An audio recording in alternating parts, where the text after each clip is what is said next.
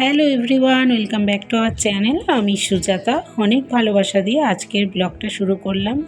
আশা করি সবাই খুব ভালো আছো। আমার মন টন একদম ভালো নেই, কারণ হচ্ছে এতদিন যাবৎ ভিডিও দিই যে কবে মনিটাইজ হয়ে গেছে চ্যানেল, কিন্তু এতদিন যাবৎ ভিডিও দিই কিন্তু কোনো রকমের ডলার কি বলবো, আর কিছু বলার নেই। প্রতিটা পরিশ্রমের দাম আছে। কেন যে একটা মোটামুটি পরিশ্রমের কিছুটা হলেও তো দাম দেওয়া দরকার। পুরো ভিডিও কেউ দেখে না, দেখে না, কিন্তু ইউটিউবে যারা রেগুলারিটি মেনটেন করে বা মোটামুটি ভিডিও দেয় সপ্তাহে 3 দিন কি 4 দিন, বা যারা ডেইলি বেসিকেও ভিডিও দেয়, প্রত্যেকটা পরিশ্রমের আমি মনে করি দাম দেওয়া উচিত। আমরা ইউটিউবকে ভালোবাসি, তার জন্য ছেড়ে যেতেও পারি না। যে কেন জানি না, আমার ব্যক্তিগত ওপিনিয়ন, ইউটিউব যদিও বা শোনে না কথাগুলো যে কী বলা হয়, ব্যক্তিগত ওপিনিয়ন, যারা পরিশ্রম করে তাদের পরিশ্রমের দাম দেওয়া উচিত। কি আজে বাজে যারা সব ভিডিও বানায়, যেগুলোর কোনো মাথা মুন্ডু নেই, নিচে কুদে বেড়ায়, সেসব ভিডিও ভাইরাল করে ইউটিউবের পরিশ্রমের কি বলবো, তারা একটু এদিক ওদিক ঘুরতে যায়, আমি এই করছি ওই করছি। যেগুলো যারা যথেষ্ট পরিশ্রম করে, এই যে রান্নাবান্না করছি, রান্নাবান্না যথেষ্ট, এগুলো আমি রেগুলার বেসিকে বাঙালি লাঞ্চ থালি তোমাদের সামনে পরিবেশন করি। সেই বাঙালি লাঞ্চ থালি খাওয়া দাওয়ার যে লাঞ্চের আমরা বাঙালিরা কীভাবে খাওয়া দাওয়া করি, কীভাবে জীবনযাত্রা করি, সেই সবই তোমাদের সামনে তুলে ধরি। কিন্তু যারা রান্নার ভিডিও ছাড়ে, তাদের যথেষ্ট রান্নার ভিডিও ছাড়ার জন্য যথেষ্ট খরচা হয়, বাসনপত্র, তারপর জিনিসপত্র কিনে আনা থেকে শুরু করে সবই, এক্সট্রা টাইম বলতে পারো। এই যে বসে ভিডিওটা আমি এডিট করছি, কথা ভয়েস দিচ্ছি, এই সময়টা আমার অনেক অন্য কাজ আমি করে নিতে পারি।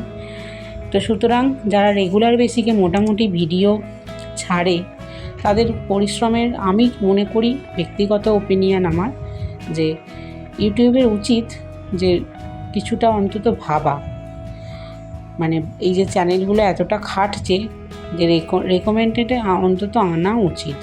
আর ডলারের কথা তো বাদই দিলাম, আমরা ভিডিও বানাই মানুষ ভালোবেসে, একটু ভিউ পাওয়ার আশায়, আর ডলার তো ছেড়েই দিলাম। একদম মন ভেঙে যাওয়া, ভিডিও পুরোটা দেখে না, যারা দেখে তারা একটু আধটু ছুঁয়ে বেরিয়ে যায়, যারা কমেন্ট করে সবই বোঝা যায়, কিন্তু কিছু বলার নেই। তবু ভালোবেসে করি, ভালোবেসে তোমাদের সাথে আমি আর না এসে থাকতে পারলাম না। অনেক দিন যাবৎ দিনই মন টন খারাপ ছিল। যাই হোক, লোটে মাছ করছি আর চিংড়ি মাছ দিয়ে কাঠি কচুর তরকারি করেছি আজকের দুপুরে লাঞ্চের থালি। এটাই মেনু বাঙালি বাড়িতে, বলতে পারো বাঙাল বাড়িতে তো লোটে মাছটা ভালো বেশি খাই আমরা। বাঙাল ভেবো না ওপার বাংলার মানুষ, আমরা এপার বাংলার মানুষ। আমি তো খাঁটি এদেশীয়, ঘটি বাড়ির মেয়ে, বাঙাল বাড়িতে বিয়ে হয়েছে।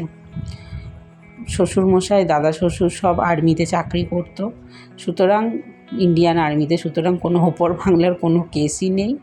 কোন দেশভাগের আগে চলে এসেছিল, সেই তখনকার ওরা এসেছে, তখনকার সব ওনারা চাকরিও করতো। আমরা এদেশেরই, আমার শ্বশুরবাড়ির সব এদেশেরই লোক, কিন্তু নামে বাঙাল বাড়ি। কারণ হচ্ছে তারা ঠাকুমা আর দাদা শ্বশুরদের বাড়ির লোকেরা ওখানে থাকতো, আর এখানে দাদা শ্বশুর তো অনেক দিন আগেই চাকরি পেয়ে চলে এসেছিল। আর দেশভাগের সময় তো তখন যে রাওর ঠাকুমার থেকে কথা রাওর চলতো, সেই সময় সব মেরে ফেলে দিয়েছিল ঠাকুমার শ্বশুর, ঠাকুমার ভাসুর, সবাইকে কেটে কুচিয়ে জমিতে কুচিয়ে দিয়েছিল, এমন অবস্থা করেছিল। এমন প্যাথেটিক অবস্থা। ওই পাড়ের মানুষজনেরা এখন যেটা চলছে, যে বাংলাদেশিদের বাড়ি চলে যেতে হচ্ছে, ওই সময় দেশভাগের সময় এমন প্যাথেটিক অবস্থা, ওই দেশ ছেড়ে সবাইকে হিন্দুদেরকে চলে আসতে হয়েছিল, এমন ওরা সিচুয়েশান ক্রিয়েট করেছিল। যাই হোক, সেসব আর গেলাম না। আর যে লাঞ্চের থালি রেডি করলাম, রেডি করে খাওয়া দাওয়া করে বেরোবো একটু বাপের বাড়ির উদ্দেশ্যে। বাগানে অনেক আম হয়েছে, ওর জন্য মেয়েকে আম বাগান দেখানোর উদ্দেশ্যে যাওয়া এই গরমের মধ্যে। ওর বাবা আমি বেরিয়ে পড়েছি। এখনই ট্রেন আসবে, তারপর আমরা চলে যাব। যাই হোক, সঙ্গে থেকো, পাশে থেকো। অনেক ভালোবাসা।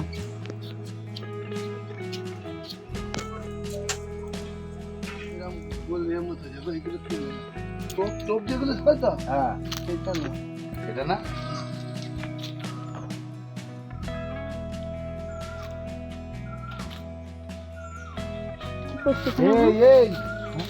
কি করছো কেন?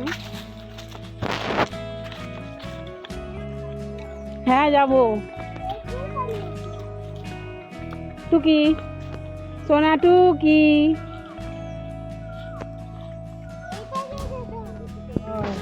দাঁড়া দাঁড়া দাঁড়া দাঁড়িয়ে কাছে দাঁড়া, ফটো তুলবো একটা। চিজ কর।